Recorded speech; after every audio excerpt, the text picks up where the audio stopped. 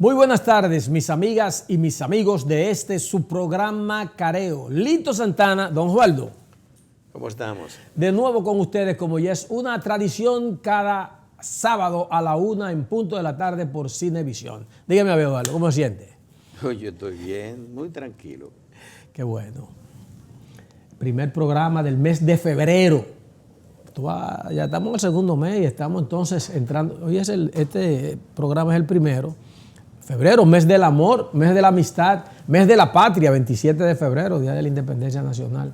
Hay quienes agregan otras fechas importantes que ocurren en este tiempo. Pero como dice don Osvaldo, estamos aquí y queremos que permanezcamos durante toda esta hora completita en Careo. Quiero comenzar, Osvaldo, con un hecho que me llamó mucho la atención porque es recurrente, de una jovencita que fue agredida por un joven de los llamados limpiavidrios que se ubican en los semáforos de nuestras intersecciones. Creo que este fue en la Olof Palme con José Núñez de Cáceres y que se da uno cuenta por las redes que un tipo le dio una pedrada al cristal de su vehículo. Otra vez los limpiavidrios. Es un hecho muy lamentable. Yo vi la historia en un diario electrónico, en Diario Libre, para ser más preciso, de una chica que salió de su casa a buscar una hermana a la universidad. Entonces este tipo, sin que ella se lo pidiera, le ofrece el servicio de limpieza del vidrio, pese a ella lo limpia, y después le reclama el pago y ella se resiste y simple y llanamente la agarra y le explota el vidrio del vehículo y la hiere a ella de una forma muy fea. Termina en un centro de salud. Es como tú dices, algo recurrente, no es el primer caso. Las esquinas de la capital, sobre todo, de la República Dominicana, se han vuelto peligrosas. No son ya los tipos que te van a atracar, es cualquier individuo, un indigente, un elemento que se gana la vida, entre comillas, ahí en el semáforo, que te agrede o que te pide algo y tú no se lo das y también te insulta. Bueno, digamos que ellos, dice la gente, tienen derecho a la vida, pero no de esa manera. Lo peor de todo, ¿tú sabes qué es? No se sabe cuántas veces las autoridades han anunciado que van a sacar estos tipos de las esquinas. Otra vez ahora. Mira ahí la imagen. Pero vuelven ellos, hacen un movimiento, un allante, como diría la gente, y ya el tiempo vuelven los tipos. No hay una política sostenida, eso es parte de la seguridad. Yo no lo oculto, a veces cuando estos tipos me abordan en las esquinas, yo los respeto mucho, siempre estoy atento, porque ellos pretenden que de manera obligatoria tú hagas algo por ellos.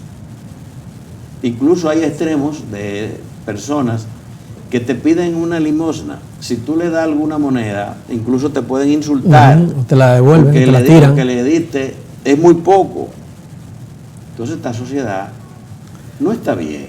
Y lo peor es que hay esa sensación de desamparo y hace que el miedo prevalezca. Porque no hay garantía. Es verdad que no pueden poner un policía en cada esquina, pero deben controlar eso. No tienen que estar las esquinas llenas de estos tipos en esa actitud. Entonces las autoridades tienen que hacer algo, tienen que sacarlos, porque eso tampoco resuelve ningún problema de empleo ni de sobrevivencia de la gente. Ahí no hay solución. Lo que sí hay es mucho riesgo para la gente y para la gente que trabaja, que sale a la calle cada día a trabajar o a hacer una diligencia o a lo que fuere. Sí, hay un caso, me pasó a mí particularmente, yo ahí en la esquina de la 27 de febrero con Isabel Aguiar, que tras un hecho como este que le pasado a esta joven, veo que sigue el movimiento igual, porque la policía o las autoridades dijeron que iban a evitar que la gente se ponga ahí en los semáforos a ese oficio. Y llamo a la AMED que está ahí, me cayó el semáforo es rojo y la llamo, joven, hágame el favor, dígame, don, como dicen a uno ya cuando tiene canas. Y tú tienes pocas. ¿Qué pasa? Digo, ven acá, pero yo leí en los periódicos que el gobierno anunció que iba a recoger a estos muchachos o que iba a impedir que yo tenga aquí en los semáforos. Mira, uno aquí me ensució el cristal y Dice ella, ay, ay, ay, ay. ¿Y quién controla eso? Pero usted es una autoridad. ¿Quién controla eso? Yo, pero usted es una autoridad joven, dice ella. Yo. Así mismo, como toda dominicana, yo. Ah, pero usted quiere que a mí me mate. Pero es que y ella no deja de tener razón. Ella es una agente de la DGCET. Sí. Ella está para ayudar al desenvolvimiento del tránsito, no para pelear con esos tigres. Que además son pueden agredir para ellos también, Osvaldo. Las pueden agredir, es que esa no es su competencia, no son los agentes de DGC, los llamados, hay que estar claro en eso, Lito. A abordar ese problema, no, son otra clase de autoridades. Mira, debe intervenir ahí el municipio correspondiente. Sí, la alcaldía. Pero también la policía tiene que actuar, eso no puede ser. Es un tema bien preocupante, bueno, ojalá que eso no pase más de ahí. Dice la policía, le hizo un comunicado ayer, que la joven no se ha querellado, que ellos están persiguiendo a una persona por lo que ha salido en las redes y en el internet, pero que ella debe irse a querellar para ellos tener como el elemento suficiente para salir a buscar a ese joven que la agredió. Yo me sorprendí, si soy yo me quedo callado y no. Ahí debe intervenir la autoridad, el Ministerio Público también, porque es un hecho público, es acción pública, tiene que ver con orden público y seguridad ciudadana. No tiene que mediar necesariamente una querella. Aunque, de acuerdo con el procedimiento, las autoridades actúan cuando hay una acción, una instancia. Pero cuando es un hecho público como ese, es verdad que está solo en las redes, debe por lo menos averiguarse qué pasa en esa esquina. Yo no sé si la familia del joven que mataron en la 27 con Máximo Gómez, ¿verdad?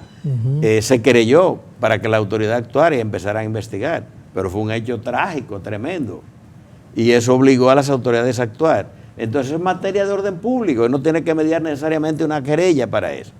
Entonces imagínate tú, ¿bajo qué parámetros? Fíjate, porque hablábamos de esa chica, pero está viva, pero a ese joven lo mataron, un profesional también. Entonces hablamos de un entorno, de un ambiente de inseguridad que tiende a incrementarse. Ahora, en estos días recientes, la percepción de inseguridad, tú puedes decir, quizá ha mejorado, porque no ha habido grandes hechos escandalosos, aunque en la sociedad, entre los vecinos ocurren cosas. Pero hechos como ese, pequeños, incrementan esa sensación de miedo y de inseguridad en las vías públicas. Tiempo de la pausa. Cuando regresemos, habrá más comentarios aquí en Careo.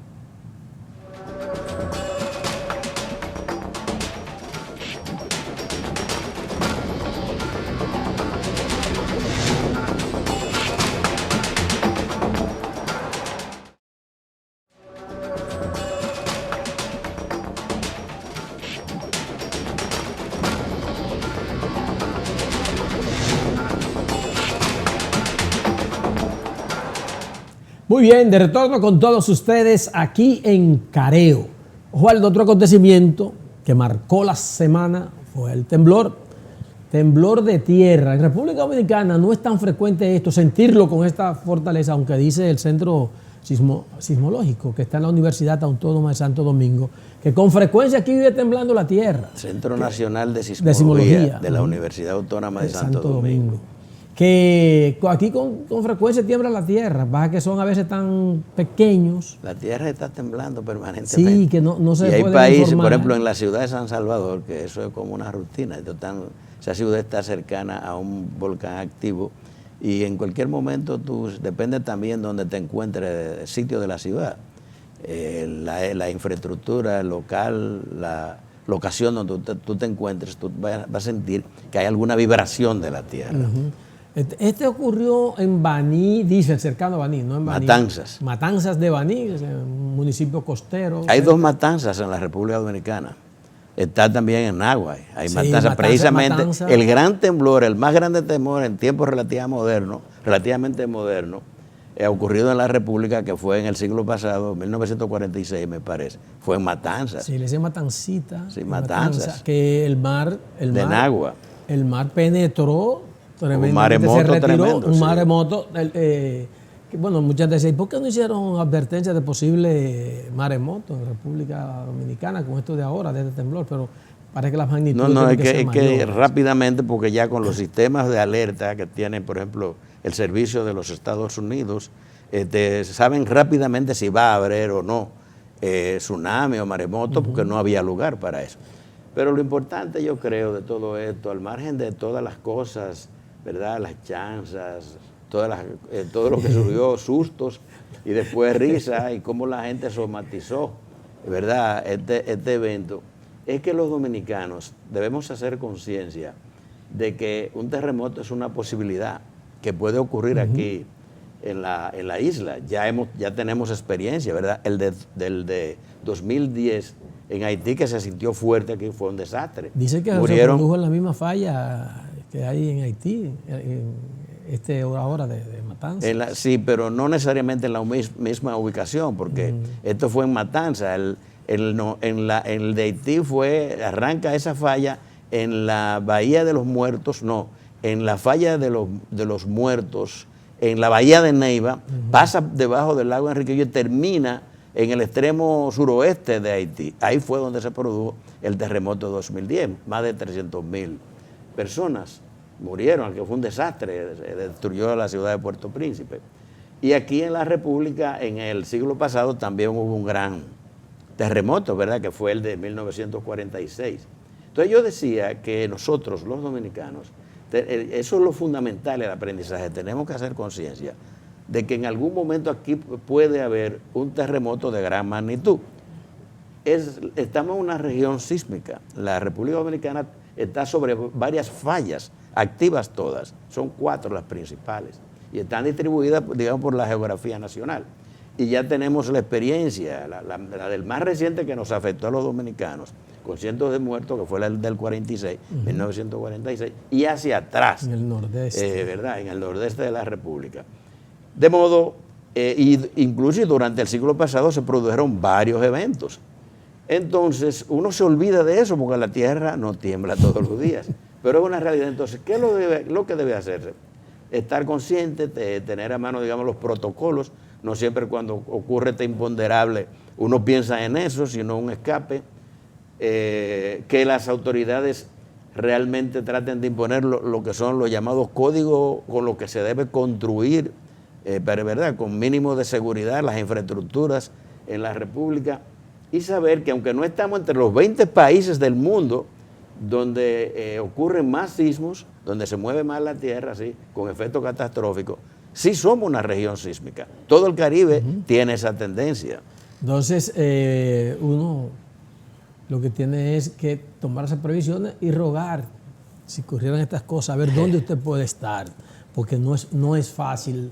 Yo, como dice Osvaldo, todas las anécdotas están por doquier, pero es que el momento, por suerte son también cortos. Sí, se dice que te duró 13 segundos, pero tú tienes la sensación de que dura más. Que fue una eternidad. En mi experiencia de lo que pasó ese día, hubo 2 momentos, y yo los pude vivir los dos. Un primer momento que me dice Nancy, la esposa mía, pero está temblando la tierra. Y yo le digo, yo no lo siento. Pero ahí mismo se produjo, no digamos una réplica, el gran movimiento que estremeció la mesa del comedor. Ya, pero sí está temblando y entonces reaccionamos.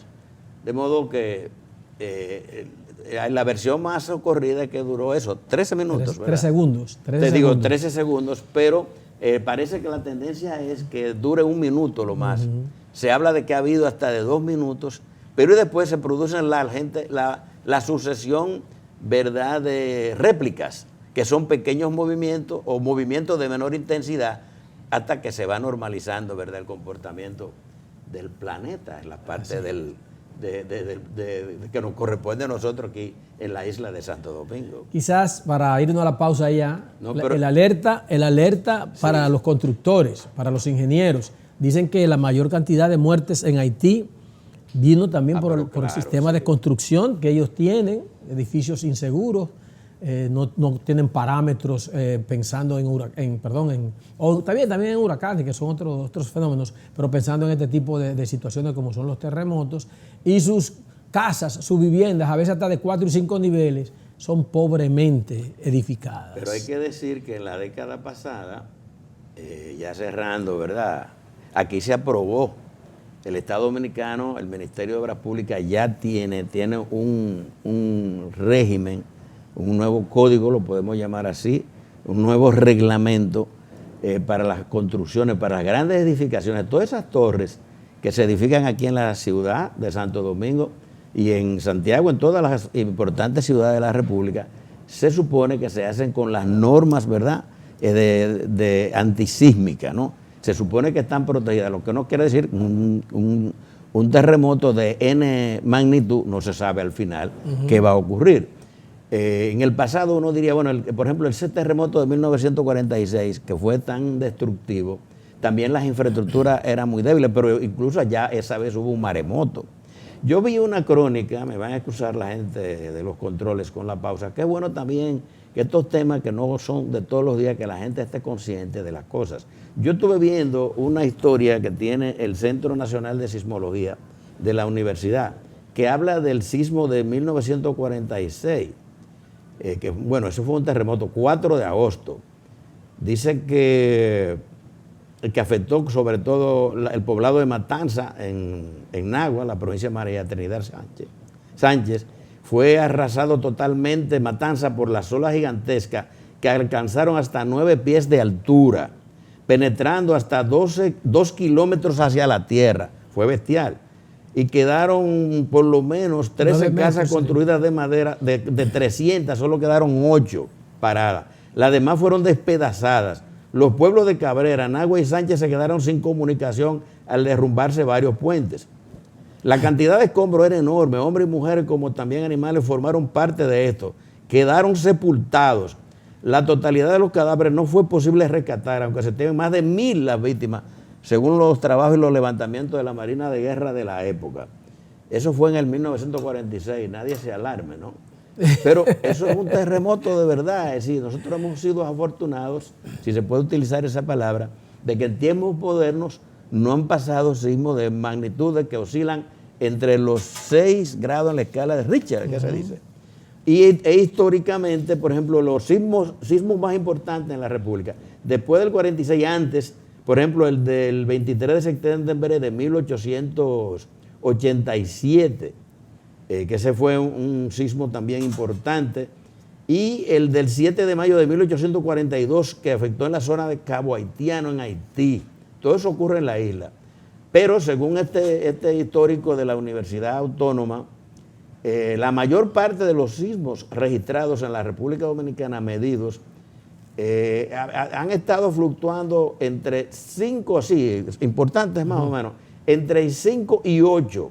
El más importante fue de 8.1, ¿verdad? Ese fue el del 46 en Nagua, como hemos enfatizado, el 6.5 el 7 de octubre de 1950, en el 8 de octubre del 44, mira qué coincidencia, para la misma fecha, de 5.9, casi 6, pero no hemos pasado de ahí, estamos bordeando entre 5 y 6, y otros menores que son recurrentes de 4 hacia abajo, que ocurren siempre. La cordillera septentrional, allá en el norte de la República, es común que tiemble la tierra y que no haya... el centro sismológico lo registra, pero no alarman porque la población no lo siente. Y así es, la falla sísmica, ahora precisé el nombre del sur, la más grave, es la Trinchera de los Muertos, que está en la bahía de Neiva, donde desemboca el río Yaque del Sur. Y es la que se entiende, pasa por debajo del lago Enriquillo y termina al oeste de Haití, que es de alta sismicidad, de modo que aunque no pasa casi nada en esa región del Valle de Neiva, pero es una región de alto riesgo también. Y también en toda la isla hay riesgo. Así es. Tiempo de la pausa. Regresamos con más comentarios en breve aquí en Careo.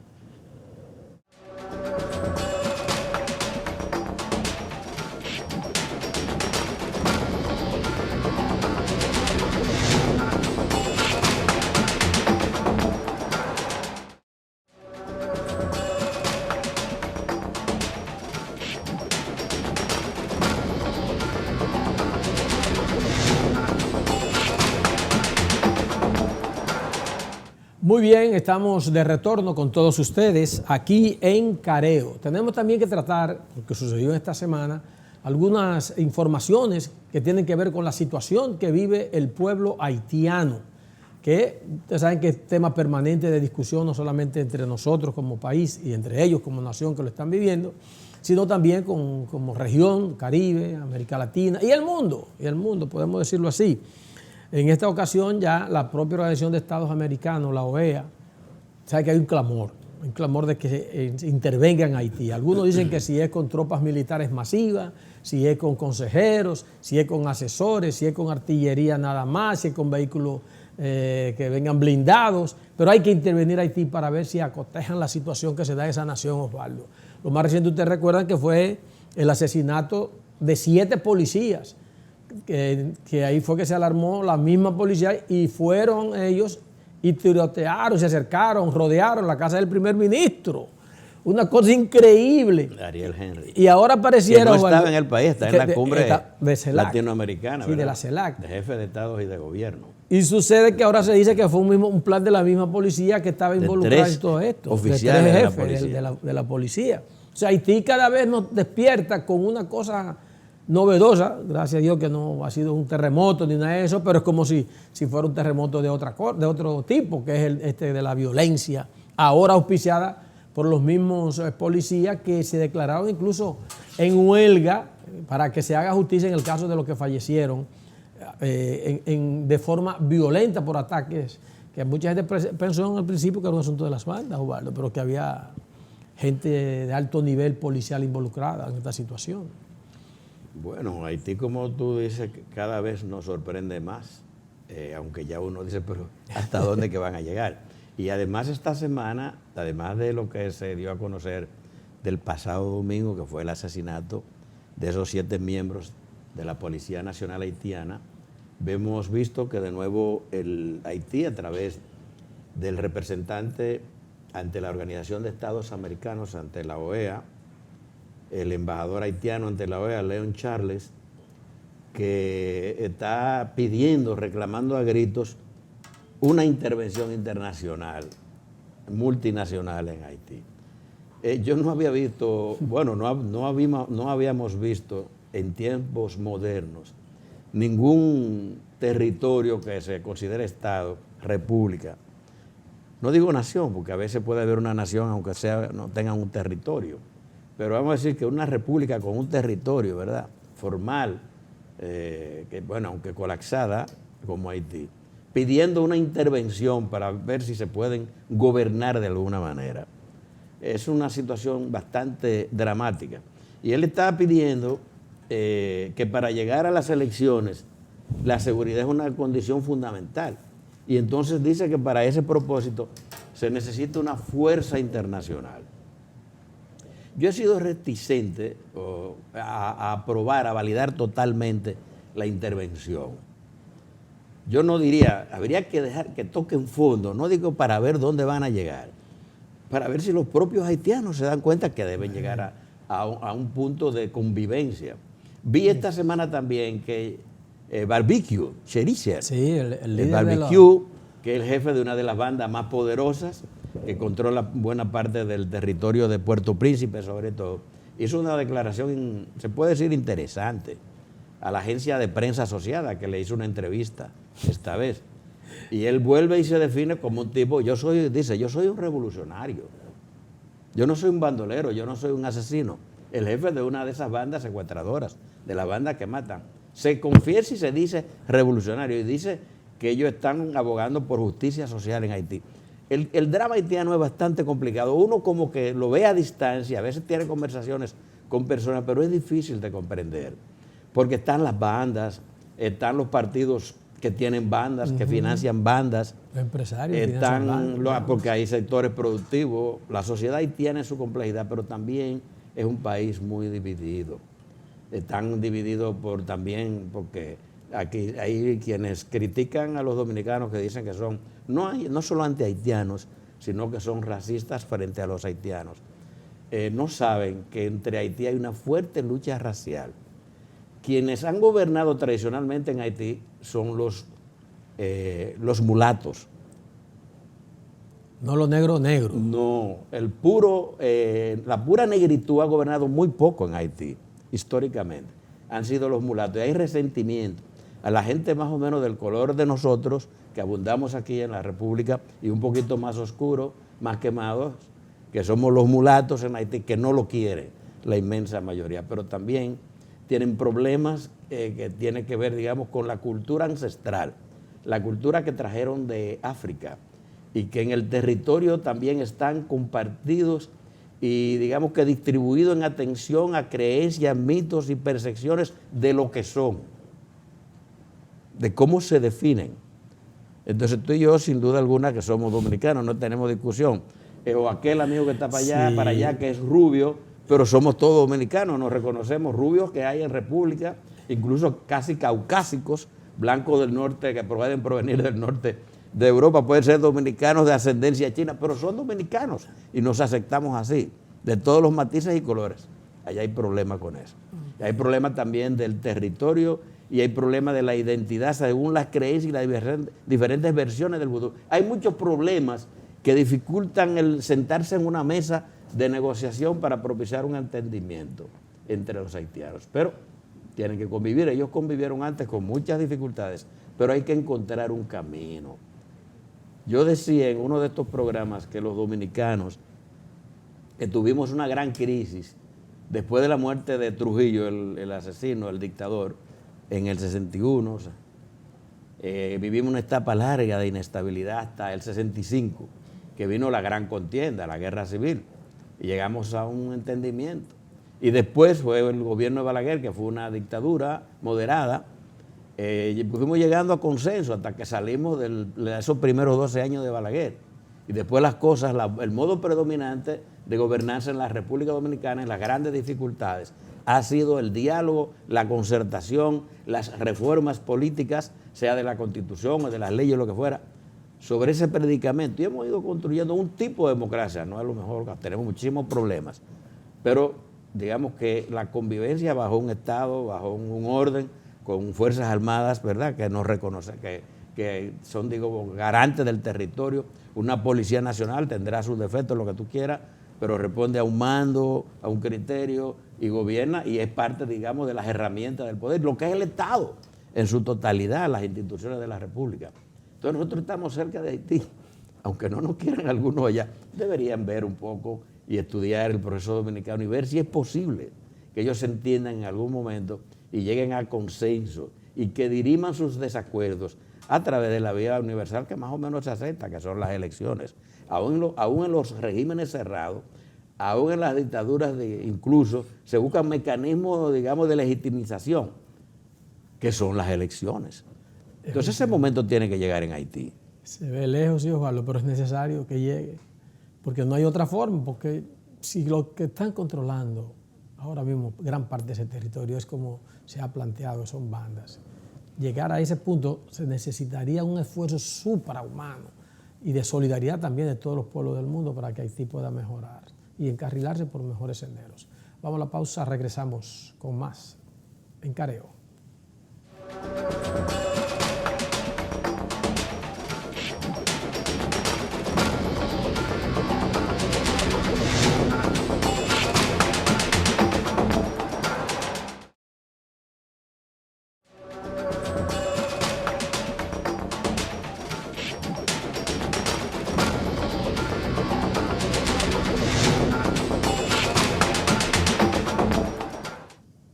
Muy bien, estamos de regreso ya con todos ustedes en Careo. Debo decir, Osvaldo, que en el programa anterior hacíamos un comentario, nosotros muy optimistas, de que se podía ver a la luz, al final del túnel, una luz que podía significar la solución al problema que hay ahora entre las aseguradoras de salud o el Colegio Médico Dominicano, las clínicas privadas, y yo digo también que el gobierno, porque el gobierno, a través de sus instituciones de salud vinculadas al sector, al final son los máximos responsables de que todo esté fluyendo bien, no solamente para los hospitales públicos y abiertos a todo el mundo, sino también para las clínicas y para los centros especializados, porque somos los dominicanos que vamos a esos lugares y muchos de esos dominicanos van con un seguro médico que se les descuenta cada mes. A veces dura, Osvaldo, hasta un año cotizando al seguro y no te enfermas, ni siquiera para ir a buscar una... Los jóvenes que cotizan no van al no médico. van al Casi médico. no van. Y todo eso queda ahí en manos de las ARS, porque tú de 18 años que comiences a trabajar hasta los 28, los 30 años, puedes pedirte un día a un médico, hacerte, a ver cómo tú estás, hacer tu chequeo, y te mandan a hacer unos análisis para resultar que todo está bien y todo eso vaya acumulándose a favor de las ARS. Dicen que lo que le salimos más costoso a ellos somos nosotros los que tenemos la edad después de los y no de los 30. Uno no sabe hasta dónde acumulándose. Se habla de que hay niveles de compensación. Sí. Tú gastas mucho, pero hay otros que gastan mucho menos. O que no gastan. Eso es relativo. Entonces, hubo una resolución. Una cuota, cuando tú la llenas, tú tienes que ponerlo. Sí, tiene un límite. No es así. Los medicamentos es tremendo. Por ejemplo, los medicamentos, que son 8,000, ¿verdad? Anuales. En la mayoría de los sistemas, ¿verdad? De las ARS. Esos se van al vuelo, pero hay muchachos que están asegurados, que son jóvenes, que tienen poca consulta, que no tienen padecimientos ni crónicos, ni requieren medicamentos continuos, que no lo consuman. Debían dejarlo ahí sumados. Pero bueno, parece que no le gustó. Es una línea que debería averiguarse, a ver qué se hace con eso. No le gustó al Colegio Médico Dominicano esa resolución. Yo decía como un acuerdo. Decía, no, espérate, no es un acuerdo, es una resolución del Consejo Nacional de la Seguridad Social, y están diciendo que no es suficiente, que ellos van a seguir en la lucha. Bueno, es un tema bastante complicado, diría yo, porque parecería que el gobierno no le ha prestado la atención debida a eso y se lo ha dejado al Consejo Nacional de la Seguridad Social, donde está el gobierno, y también a la competencia de la superintendencia que tiene que ver con la prestación de los servicios de salud, superintendencia de salud. Entonces, la resolución que emitieron, mediante la cual se hacen una serie de concesiones, pero mayormente a los grandes prestadores, más que a los médicos, aunque a los médicos le hicieron algunas compensaciones que tienen que ver con los procedimientos que ellos ejecutan, pero es durante los internamientos.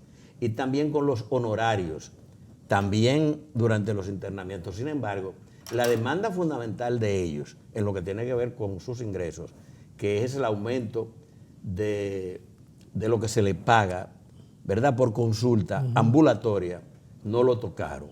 Y lo dejaron en los 300 pesos. Yo creo que ellos están pidiendo algo así como 500. Entonces la resolución lo olvidó y dice que hacia el futuro.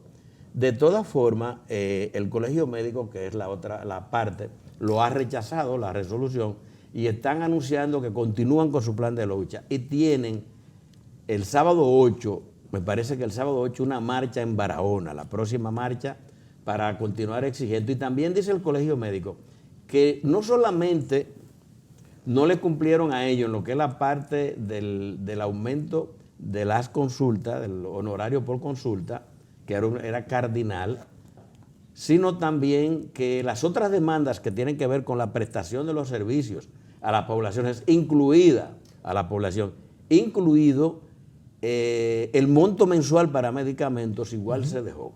Lo que dice el Consejo Nacional de la Seguridad Social es que conceder lo que piden los médicos implicaría buscar 16,000 millones más de pesos que, según ellos, no tiene o no lo aporta el sistema. De todas formas, yo sigo creyendo que el papel del gobierno, de las autoridades en esta cuestión tiene que ser más activo. No sé, yo no entiendo el secreto, por qué no ha habido un liderazgo ahí que actúe en la búsqueda de algo que permita, digamos, la conformidad o por lo menos la aceptación mínima del Colegio Médico. Por lo menos anima que el ministro de Salud Pública, el señor Daniel Rivera, ha declarado que el rechazo de la resolución del Colegio Médico, de la resolución 56301, amerita el rechazo de parte del Colegio Médico, que de nuevo se sientan a dialogar. Me gusta esa actitud. No es la prepotencia del Consejo Nacional de la Seguridad Social, que tiene una actitud de combate, de pelea, y no es eso. Era lo que decíamos ahorita, hay que negociarlo todo, hay que dialogar. Y a los médicos hay que escucharlo. Es verdad que los médicos cobran no solamente el básico que le establece el sistema de los 300, pues cobran por fuera desde 1,000 1.500, 2.000 y hasta 3.000 algunos, pero ellos estudiaron, son profesionales calificados. Yo no lo critico eso del todo, yo lo digo claramente. Los médicos tienen derecho a cobrar por sus prestaciones, por sus servicios, son profesionales y tienen que ganar dinero. Ellos no tienen dónde robar, ni salir a matar, ni nada como hacen algunos. Son profesionales, hay que pagarles. Entonces el Estado está en el deber de garantizar condiciones dignas de trabajo para los profesionales de la salud. Eso es clave. Entonces el gobierno tiene que jugar su papel, sí, bien por el ministro, de que dice que hay que sentarse de nuevo y no imponerle una cosa a los médicos que en definitiva es un conflicto que ni siquiera es del todo afecta al gobierno, sino a los prestadores, a los administradores del sistema. Entonces el gobierno como líder, como garante de los derechos de todos, tiene que jugar un rol más activo. Así es. Vamos a la pausa, regresamos con Careo.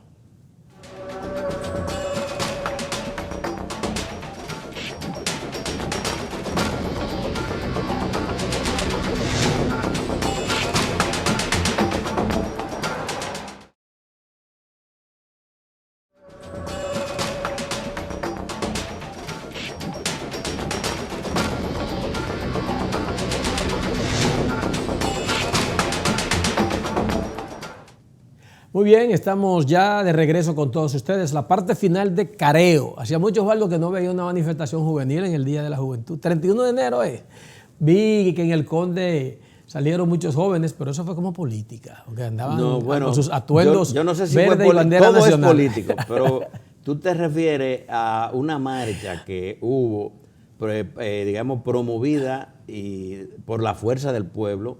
Fue el pasado lunes, el día posterior, ¿verdad?, al aniversario, el natalicio de Duarte. Que lo prorrogaron para el lunes, pero que se cumple el 26 de febrero, pero se puso para el lunes 30. Entonces ellos tuvieron una idea interesante. Fue un acto lírico y cultural, pero fue un acto político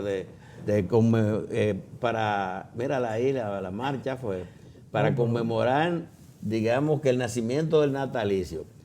No se puede cruzar necesariamente la marcha de política porque fue para depositar una ofrenda floral, fue una actividad cultural también, hubo canciones, hubo presentaciones, se reunieron primero en el parque Eugenio María de Hostos, marcharon hacia el parque Colón y del Colón se fueron hacia el parque Independencia e hicieron la ofrenda. Fue un golpe acechado de la fuerza del pueblo. El gobierno también entregó el Premio Nacional de la Juventud, ¿verdad? Me parece que al otro día, martes, otras fuerzas emitieron declaraciones, otras organizaciones a propósito de la juventud, pero eso que no fue promovido, me parece lo que se llama un acto de inteligencia política. Fue un acto asertivo de la fuerza del pueblo que yo creo que todavía se lo deben estar gozando. Se burlaron de sus competidores. Y bueno, así se hace política, pero no se puede decir que fue un acto proselitista. No estaba promoviendo. Porque no fue típicamente proselitista, sino llamando a votar por tal casilla. Cívico y cultural. Saben mucho los políticos. Dicen que el que hace la ley hace la trampa. Por cierto, la ley electoral, que debe estar ya en una fase, sí, que se quiere aprobar para estos tiempos, una fase definitiva. Se sigue siendo una discusión. Está complicado. Yo creo que van a aprobar una versión de la ley electoral porque parece unas ciertas afinidades entre Fuerza del Pueblo y el PRM, el PLD que está más bronco, el Partido de la Liberación Dominicana, porque ellos quieren meter el asunto aquel de la sanción punitiva contra los tránsfugas, lo que ellos denominan, los que se van de un partido a otro y quieren establecer un régimen. Ya el Tribunal Constitucional decidió sobre esa materia. Lo mismo tiene que ver también con el voto electrónico. Entonces también están en clara mayoría, eso no hay forma de que lo metan en la ley. Es probable que haya una versión de la ley electoral que no incluya eso y que se apruebe con la mayoría básica, aunque ellos sostienen que es una ley orgánica y que no se puede aprobar si no es con las 2/3 partes de la membresía de cada cuerpo legislativo. Se nos ha acabado el tiempo, mis amigas y mis amigos. Parece que fue ahorita que comenzamos y ya va una hora. Sí, estos programas consumen tiempo. El próximo rápido. Sábado nos juntamos a la 1:00 de la tarde. Don Osvaldo Santana. Don Lito Santana. Sí, ya en febrero, mes de amor y la amistad y la independencia nacional. Nos vemos. Pásenla bien.